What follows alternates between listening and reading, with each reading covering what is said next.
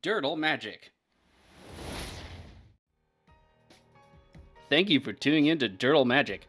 Please subscribe and hit that notification bell if you like the content you see here today, and leave a like and share the video with someone you might think is interested.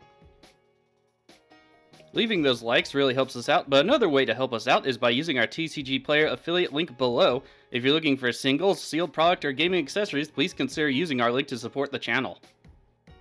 We also have some playmats at inkgaming.com. Go ahead and hit the link in the description to check those out. Alright, let's grab some spells and dirtle with some magic. Hello and welcome back to Dirtle Magic. Today, we're going to play Arni Brokenbrow. Can we live up to the legend? I don't know. Looking at our opening hand, one land does not cut it. Let's go ahead and take that free mole. New hand, 3 lands, Chaos Warp, and was it Kedis? I don't know. Adorable lizard guy. Could be pretty good. We do have Grafted Exoskeleton. Ingress Maraths will come out later, so not the best, but I think we can risk this. As long as we get some card draw or get some more lands, we should be good. I've been testing out the deck. It did well once, then it's been struggling on the lands. There are 37 in the deck, so I don't quite know what's going on there. But I think let's keep this one. Go ahead. So our commander is Arni Brokenbrow, 2 red for legendary 3/3 Human Berserker Haste. Boast 1. You may change Arni Brokenbrow's base power to 1 plus the greatest power among other creatures you control until end of turn. Activate only once per turn and when it attacks. Alright, our turn gives us Luxon Warhammer. We do get to go first. Let's just play Mountain and pass it off to our opponents. Our first opponent, okay. Thrasios and Akroma. Didn't ever think I'd see that, but I guess here we are. Thrasios Triton Hero. Green-blue for a legendary 1/3 Merfolk Wizard. 4, scry 1, then reveal its top card library. If it's a land card, you may put it onto the battlefield tapped, otherwise draw a card. Partner. And then we have Akroma, Vision of Ishiador. I still don't know if I'm saying that right. 5 white for a legendary 6/6 Angel. Flying for first strike, vigilance, and trample.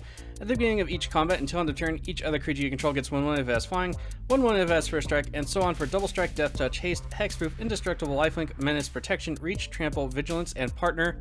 It has partner. Prey Stream into play for that player. Our next opponent is Xenagos, God of Revels. 3 red-green for a legendary 6/5 enchantment creature god. Indestructible. As long as devotion to red and green is less than 7, it's not a creature. At the beginning of combat on your turn, another target creature you control gains haste and XX till end of turn, where X is its power. Miri's Guile coming down for Xenagos. That's a really good card. I got one in like a eBay box once. I didn't realize how good it was. I ended up selling it. I have some regrets. Our last opponent, Marath, Will of the Wild. Red, green, white for a legendary 0/0 elemental beast. There's the battlefield with a number of 1/1 counters on it equal to the amount of mana spent to cast it.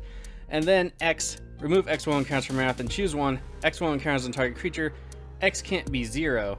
X damage to a target, X can't be 0. And create an XX green elemental creature token. X can't be 0.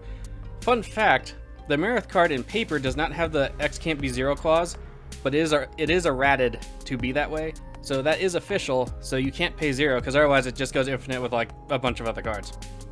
Comes to our turn, we get Turian Mauler. Okay, that could be good. It can get extensively powerful, and then we get down our commander and do some shenanigans. But I think at this point we're going to go with getting down our little lizard friend and pass the turn there. Mauler will take time to build up, true, but if we get down our commander after it, and we don't have any evasion yet besides Luxon Warhammer, and that's going to take a bit to get online, I think it's better if we save Turian Mauler till later. Over to the partner player.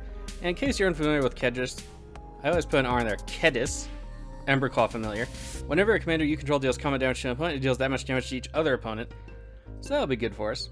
We have a Forest and Thrasios Triton Hero coming down for the Akroma and Thrasios player. Over to Xenagos, Miri's Guile will trigger. I'll stop saying that until it's destroyed or removed. But it says, at the beginning of your upkeep, you may look at the top 3 cards of your library and put them back in any order, so it gives you like part of a Sensei's Divining Top. A Mountain into play for Xenagos, followed by a Tormenting Voice, discarding Ulamog, who will get shuffled back into their library. That's not good. I mean, I'm glad they don't have the Ulamog now, but just the fact that they have one of the Eldrazi Titans makes me really leery about letting them stay alive at all. Over to Marath. Mountain into play, and I want to go back to Kedis real quick. It says whenever commander you control deals combat damage, it deals that damage. Guess what we get to do with Grafted Exoskeleton? Nobody will like us, but gotta win somehow, right? Farseek out of Marath after a land. They'll go get a technical non-forest. They get a Temple Guarded into play tapped. Going to roll over to our turn. Let's see what we get. Hopefully another land. It's Reiterate. Do have some of the copying effects in here. Don't know that I'm going to keep them necessarily. Let's go ahead, play a mountain, get down our commander.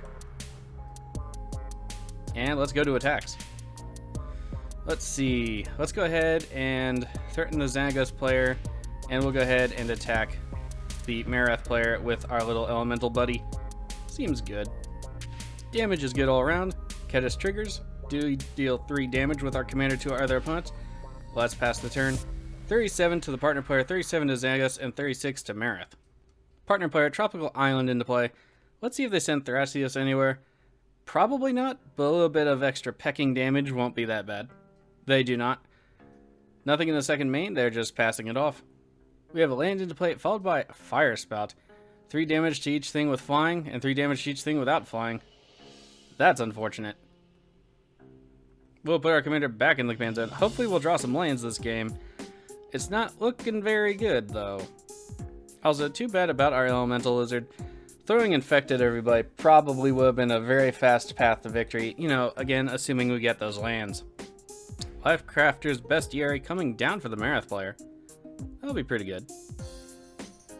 Comes our turn. We get Captivating Crew. Still not a land, though. Let's go ahead and play Turian Mauler. Missing our land drop for the 4th turn is going to hurt. And we'll pass it off, unfortunately. Over to the partner player's turn. We have Thrasios Triton Hero coming back down. Turian Mauler will trigger. Let's go ahead and yield to that. It is a May trigger, so we will have to say yes every time, unfortunately. Nissa, Vastword Seer coming down for Xenagos. No land drop yet for them this turn either, but they'll get a land with the Vastwood Seer. A counter to Turian Mauler, it's a 4/4. Forest into play for Xenagos. Over to Marath, Lifecrafter's Bestiary will trigger. They'll get to scry 1, and I'll stop saying that until it's destroyed or removed. Marath, Will of the Wild is doing some stuff. Will get bigger. The Lifecrafter's Bestiary will trigger. They might pay green to draw a card. They do. Comes our turn, we get Temple of the False God. Now my deck is just trolling me. But we're going to play it because I don't want to waste a land drop. So, what can we play at 3? We do have Chaos Warp up just in case, or we could play Luxon Warhammer and start getting that going. Yeah, it's early enough in the game. I think Luxon Warhammer will be good. So let's just go ahead and play that. Let's go to attacks. Let's threaten on Xenagos. See if they want to block. I doubt that they will. People kind of get hung up on the Planeswalkers, so don't know. Could be 5 free damage at this point. No blocks. Damage is good. They're down to 32. Let's pass it to our opponents. Partner player. Plains into play. That's it for the partner player. Over to Xenagos. One more land. They could drop Xenagos and attack us with a 4/4. Not terribly worried about a 4/4 at the moment. But Xenagos, if they keep going, I mean, if you've ever faced a Xenagos deck, they can beat you down really quick. So we will have to be careful about who we incite with our attacks. Nature's Lore to the stack. They're going to go get a forest card. They play Explore. Play an additional land on their turn if they can, and draw a card. So they did have a Taiga come into play off Nature's Lore. Let's see. It doesn't look like they're playing an additional land just yet if they are going to. No attacks out of Xenagos. Second main. New land. Nope, straight over to Marath.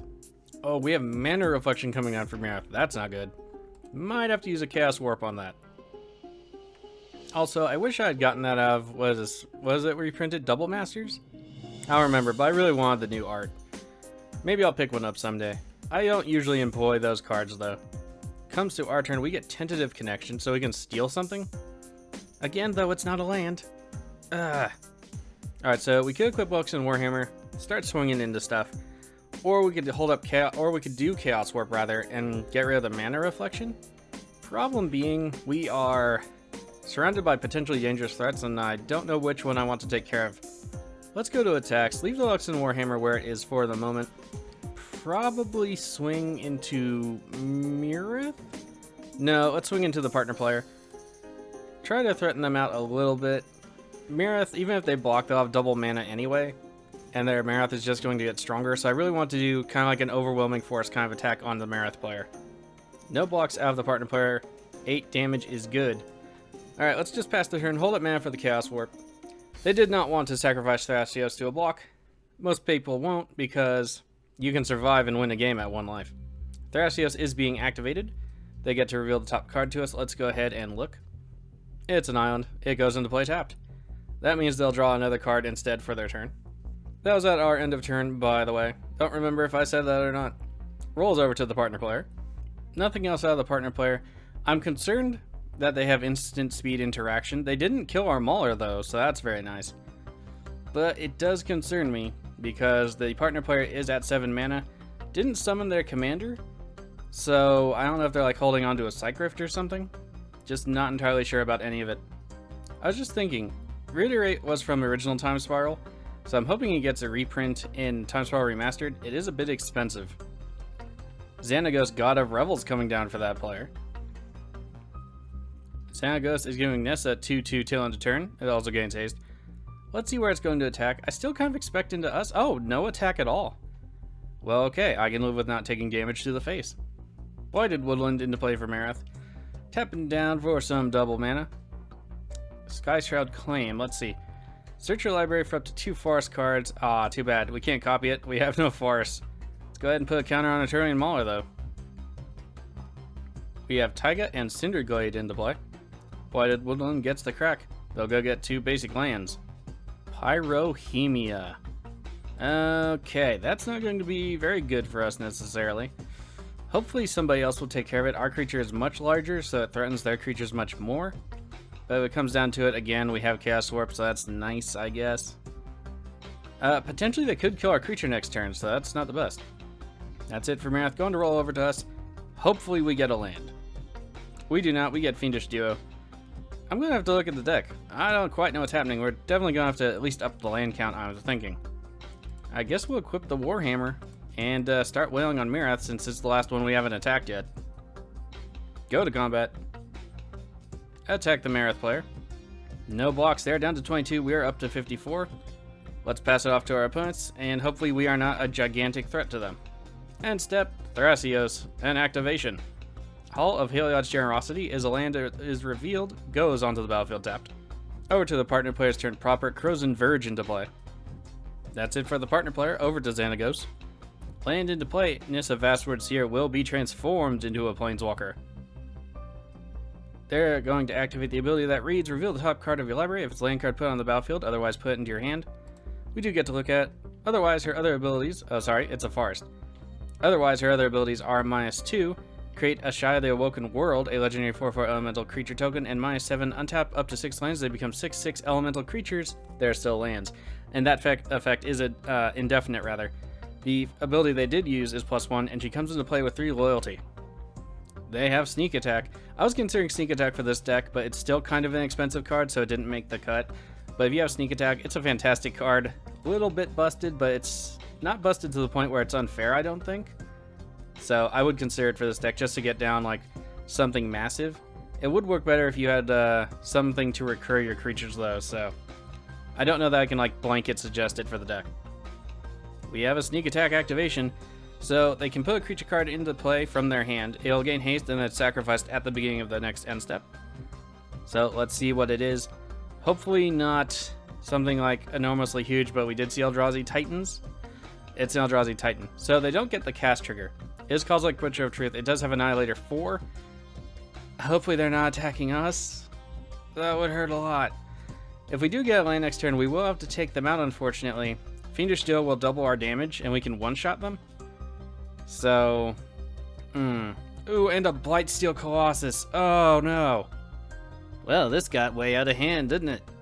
I also don't use Blightsteel Colossuses. Not only are they super, super expensive, they're just kind of mean. Xenagos is going to give it very much lethal and redundant haste. So that's 22 infect damage. Let's see where things are going. Blightsteel off into Marath. Okay, and Kozilek off into son of a pony. Alright, well, and they both shuffle back in afterward too, so when Sneak Attack triggers, they'll get sacrificed and shuffle back in, so that's awesome. Yeah, I guess we're sacking our lands because we can potentially still win things?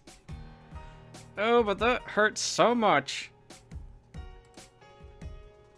Oh, Annihilator 4. There go all our lands. That hurts. The partner player is completely untouched, and we'll be taking 12. So they do have mana up for one more sneak attack. They have 2 other cards in hand, so even if we attack the Xenagos player, we aren't necessarily winning any competitions there. Marath is out, no blocks, 22 infect. We take 12, we are down to 42. Sneak attack will trigger, they'll get shuffled back in.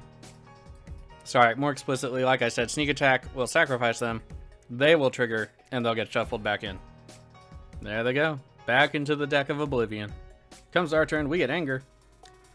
Still not land, but on the bright side, at least we can discard it. Let's go ahead and go to combat. Unfortunately, we're probably helping to king make the partner player. But, Infected Annihilator. Yeah, that's no fun. Attack the Xenagos player. Let's see if they sneak attack in anything. They do not. Looks like they're taking the damage down to 17. We're back up to 57. Let's go to the cleanup step, discard Anger, and pass it off to our opponents. Unfortunately, we don't have a mountain for Anger. Thrasios at the end step, though, is being activated for the partner player. Let's see what they reveal. Boundless Realms. So they get to search the library for X basic land cards where X is the number of lands they control. And they put them on the battlefield tapped. I want lands. Lands were supposed to be my friend, too. Thrasios activation again. They get Arachnogenesis. Discarding Anger. Could be useful later. I mean, we're not, like, dead out of the game, but we are pretty, like, our hand is like the last thing left alive, flailing menacingly at our opponents. And that's about it. Oh, what is that? Boseiju? Is that how you pronounce it? Who shelters all? Legendary land enters the battlefield tap. Tap, pay 2 life, add colors. If there's mana spent for an instant sorcery spell, that spell can't be countered. I'm kind of hoping it's not a Psych Rift. It's Boundless Realms turn, Mar will get bigger. Let's go ahead and make it so. Okay, yep, a lot of basics came into play. 2 mana left for them. Could easily be a counter spell. We'll have to wait and see. Oh, Thrasios on the attack, off into Nissa. Okay, I mean, it's something, right? Nissa down to 3 loyalty, going to roll over 2 Xenagos after the cleanup. Let's see what the partner player discards. It is Seeds of Innocence. Destroy artifacts that can be regenerated. The controller of each artifact gains life equal to its CMC. Oh, interesting. By the way, if you haven't heard yet, CMC is being changed to mana value, and they mean the same thing. So this has a mana value of 3. It also has a converted mana cost of 3. So just so you're aware, with Strixhaven at the very least, they're changing converted mana cost to mana value. Nissa's Sage Amist is being activated to create a legendary 4/4 green elemental creature token named Ashaya the Awoken World. That also means we won't be able to kill them next turn. So that's unfortunate. Natural Order, uh-oh. As an initial cost to cast a spell, sacrifice a green creature. Search your library for a green creature card, put it onto the battlefield, then shuffle your library. And then it will gain haste. And then it'll probably have trample. Uh-oh. Alright, well, let's see what they get. Putrefax would kill us in one go. It has 5 in its infect. So I just give it XX till end of turn and we're dead. Was it Phyrexian Hydra? I don't know how much infect they're actually doing in the deck. I'm just speculating. Worldspine Worm. Yeah, that could do some damage. Plus when it dies, they get worms. It won't die from the effect of Natural Order though, so that's okay. It will hit for 30 though with Xenagos, so that's a thing. And there's the trigger, and there's the target. Let's see who it's going after. I mean, they could just wipe out the other player, and then we're stuck dealing with the Indestructible God, and we have no lands. Alright, Worms on the attack, off into Thrasios, and Akroma. Do they have a Simic Charm, an Unsummon, an Azorius Charm, anything? No, it looks like we do have a response. Cyclonic Rift. Okay, that's fine with me. And we get a little bit bigger. By the way, it's not overloaded. I want to clarify in case people weren't necessarily paying attention. It's just for the 2 mana. And remember, it does have a 2 mana mode. They're bouncing the Worldspine Worm back to their owner's hand. So it could be sneak attacked out too. I don't necessarily want to take a 15/15 to the face when I attack. So if our Arturian Mauler doesn't get any bigger this turn, we might just have to attack the other player anyway. Yeah, that's it for Xenagos. Going to roll over to us. Let's see if we get a land. We do. Hallelujah, but nothing to use it with. Okay, let's go to attacks. Unfortunately, we're going to have to attack the partner player. I mean, there's no real good decision, really, like at all. So, I'm sorry, I guess, to people? Attack the partner player. Damage is good. They're down to 11. We're up to 75. Let's pass it off to our opponents. Thrasios on the attack off into Nissa. Could kill it. They could sneak attack in the Worldspine Worm and get 5 worms. And then we're still in kind of a lot of trouble. So, yeah, there's a sneak attack activation. Let's see what it is. It's the worm. Worldspine Worm off into the block. Yeah, that'll kill Thrasios pretty good. Let's see if the partner player has a response. No, it doesn't look like it. So Thrasios will die. On the bright side, it only costs 2 mana. It has been summoned once before this game, so it's up to 6 mana. But they have plenty of mana. Worldspine Worm will die at the end step, however. Court of Grace. That's an awkward thing to play. But alright. I mean, they still have tons of mana up. I don't know what's in their hand. Arturian Mauler gets bigger. It'll now survive 3 worms blocking it, thankfully. Yeah, we're ironically still kind of in this for now. Go figure. Sneak attack's still a concern, though. The partner player becomes the Monarch. I think the white one's actually one of the better ones of the cycle because you still get something to block with or take the Monarchy back. Divine Visitation. Oh, so they get angels anyway. Okay, so at least this will force Xenagos' hand to kill them off first. So we aren't in such dire straits that we need to completely worry about Xenagos necessarily. They still only get to draw the 1 card for now, so we have a chance here. Crozen Verge got sacrificed. By the way, a Temple Garden into play. And an a Hollowed Fountain. I always want to call it the Azorius Chancery. It's not. It really isn't. End step, we have triggers. Monarch will trigger for the partner player. They'll draw a card. Sneak attack will trigger. Worldspine Worm is going to spit out some babies. Worldspine Worm will also get shuffled back into the library. I'm starting to see a recurring theme here. There's the babies. Xenagos' turn. Nissa Sage Animus will reveal the top card of the library. If it's land card, it goes into play. No, it is Greater Good. That'll help them draw some new cards for sure. Oh, we have Tooth and Nail. Oh, no. See, that's why I would use Reiterate on. Just so we could have something, but it is entwined, unfortunately. So let's see what they get. Okay, we have Eternal Witness and Woodfall Primus. Okay, so they get back Natural Order, perhaps? Not sure why the Witness is in there, necessarily. Woodfall Primus, when enters the battlefield, destroy target non-creature permanent and persist. I'm thinking Luxodon Warhammer? Possibly Divine Visitation. Okay, yeah, I see it now. Eternal Witness will get back Tooth and Nail, and they'll eventually just outvalue us. That's probably what's happening. For Thrasios to survive, unfortunately, if they do survive this turn, they'll probably need a board wipe, which means we are dead and our Jelly Jiggler just kind of dies. Woodfall Primus is in fact going to come into play and destroy the Divine Visitation. That works for me. Eternal Witness going to get back probably the Tooth and Nail. I mean, they could get back the Natural Order too, and persist the Woodfall Primus. So there is that. Alright, so they are getting back the Tooth and Nail. I mean, either one was good, but Tooth and Nail is just a little bit better. Combo off with some different stuff, so. Divine Visitation is down. Xenagos, God of Revels will trigger. They could do a hefty amount of damage to us if they attack us with everything, but they probably want Thrasios out of the game. If they don't attack Thrasios, Thrasios has no reason to defend themselves, and I'm kind of hoping they are given a reason. Okay, so the Woodfall Primus will get 6/6 in haste till end of turn. Let's see where everything's going. Woodfall Primus off into Thrasios. That should be enough to kill him. Maybe we'll be taking, what, 21 here? Not terrible. We'll gain it all back on the crackback. Assuming, you know, Turian Mauler doesn't get, like, Swords to Plowshare. I'm surprised it's lasted this long, actually. Xenagos is also going into Thrasios. Okay, less damage for us. So, both attacks only into Thrasios and Akroma. What will they do about it? We do, in fact, have a response. Is it Sell the Wreckage? No, it's Teferi's Protection. Okay. Yeah, that'll stop it. And then we swing, well, into the Xenagos player because we have nothing better to do at that point. Yeah, they block. We have a 22-19. It won't kill our guy unless they have Death Touch or something. I don't see any. We take out a lot of their field or they die. Yay.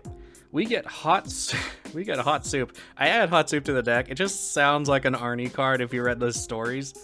It's so good. Let's just go ahead and play it. Why not? Unfortunately, it does take 3 to equip, so we're probably not getting there, but let's go ahead and attack. Off into the Xenagos player and see what happens. Alright, so we have all 3 worms blocking so far. Are they going to bother throwing the witness in there? If they don't, we do still deal 7 damage to them. Okay, so they don't. We will kill all the worms and trample over for extra damage. Worms are down. They are down to 10. We gain 22 life. We're up to 97. Let's pass the turn. To the partner player, they get an angel on the upkeep. They are still the monarch. Court of Grace gives that to them, by the way. Otherwise, it gives them a 1/1 spirit. Bazaar of Baghdad. You know, I've been seeing this card a lot recently. I don't know why. They are activating it too. Draw 2 cards and discard 3 cards. Like, if I was using Reanimator, sure. Or, like, get spells back from the graveyard, instant sorcery, sure, but I've seen it just... Somebody explain it to me in the comments. Bazaar of Baghdad, why is it there? I mean, yes, it's kind of like card selection. Well, it is card selection, but why? I've seen it in like 4 decks over the last week. I just don't get it. Tamio, Collector of Tales. A little bit more of the self-mill. Okay, interesting, interesting. It also can recur anything from the graveyard to their hand. That's the green recursion. Green can get anything back, but it's always to the hand, not to the battlefield. They are getting back Cyclonic Rift. Oh no. Well, that's unfortunate. That's it for the partner player, but they got Psych Rift up. So if any of us threaten them at all, it's a Psych Rift town. Not the best. Wood Elves, they'll go get yet another Forest card on Xenagos' side. And Arturian Maul gets bigger. Unfortunately, Wind kind of makes his jelly go bye-bye. Okay, while Xenagos go gets their land, there's still a chance that Cyclonic Rift could be fizzled by Red Elemental Blast, or Pyroblast, or possibly even Tybalt's Trickery. I mean, there's also Molten Influence, but it gives your opponents more of a choice, so it's not the best. If Xenagos doesn't attack them and we keep Arturian Maul, I'm going to attack the partner player. Get that Psych Rift out of the hand. The game's got to end at some point. Unfortunately for us, it's just going to end with us dying on this beautiful mountain. But it'll be worthy of a saga, I think. Just the fact that we stayed in here and was able to beat down our opponents so well with just the 1 creature. I think Arni would be proud. Xenagos is on the attack. Woodfall Primus gets the 6/6 again. Alright, so they are attacking in Thrasios. I expect this to be the Psych Rift. Arachnogenesis. Okay, still could do a Psych Rift though. Okay, and it'll also fog them, so now they don't have to waste the Psych Rift. So I guess we're attacking into them anyway. Oh well. You can't live forever, you might as well go out in a blaze of glory.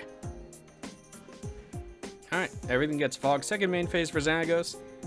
Let's see if they do anything. Sneak attack wouldn't really do much at the moment. They do have a lot of mana up though, 3 cards in hand. Okay, that's it. Comes our turn, we get Fire Shrieker. Again, not terribly helpful. Let's go to combat. Still not drawing any lands. Jeez. And we'll swing at the partner player because, yeah, why not? Partner player, go!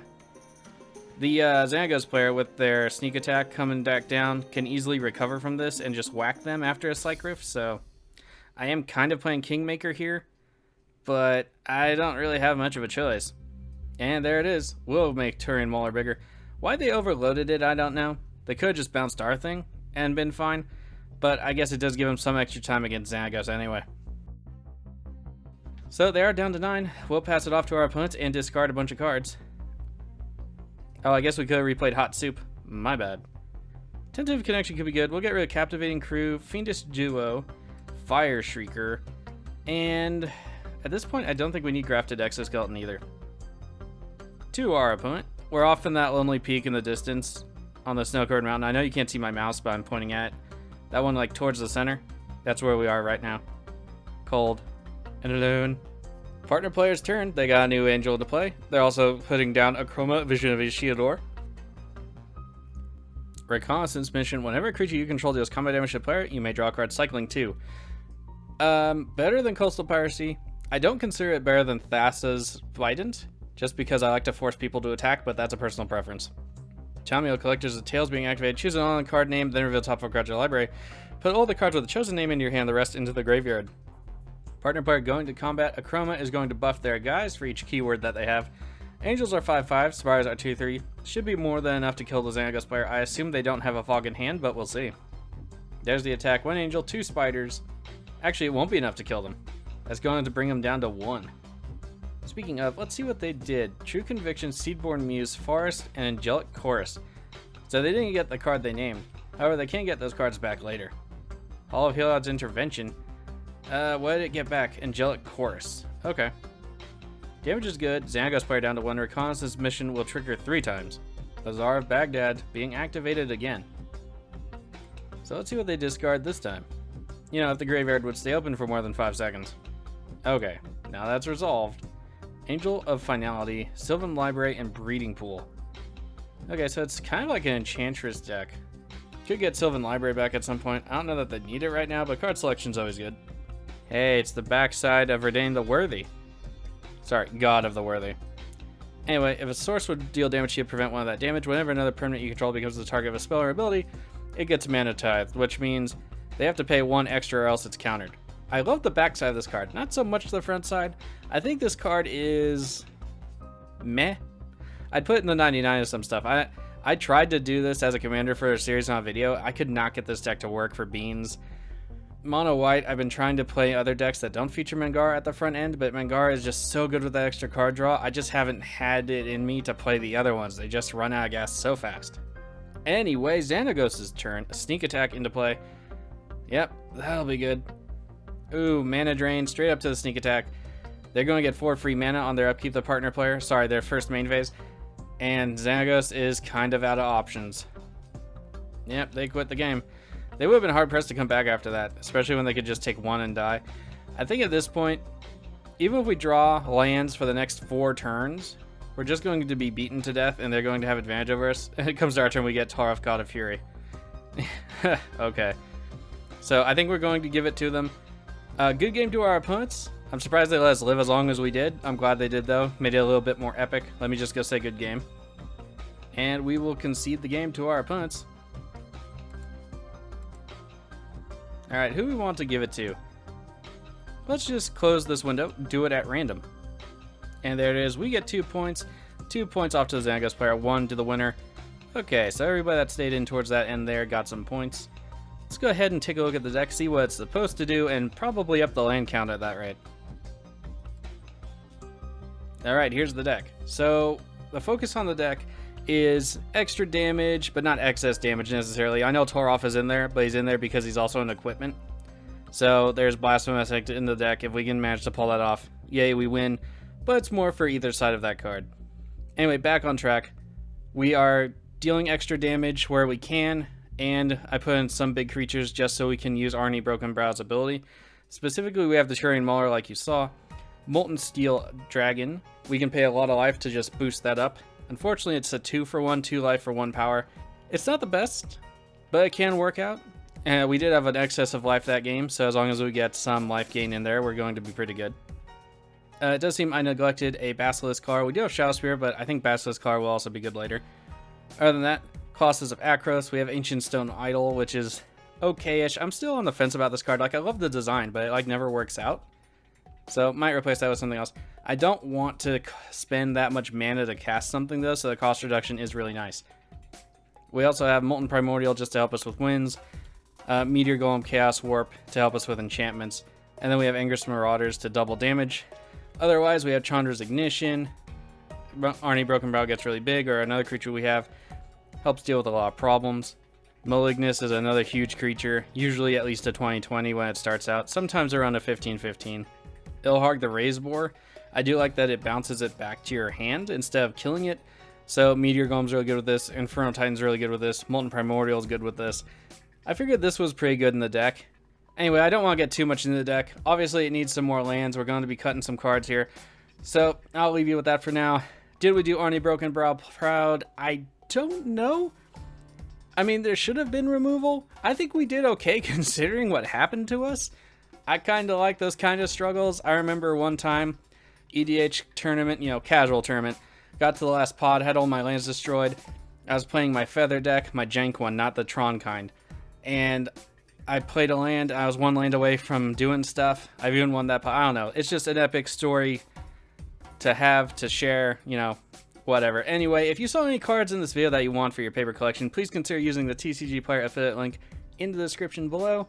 Very much hope you enjoyed this video. I enjoyed playing the deck. It seems like a cool deck. Oh yeah, I just want to mention real quick, Goblin Snowman. I want it in here just because reasons. Anyway, I'll see you for the next video in the series for Arni Brokenbrow. Stay safe out there.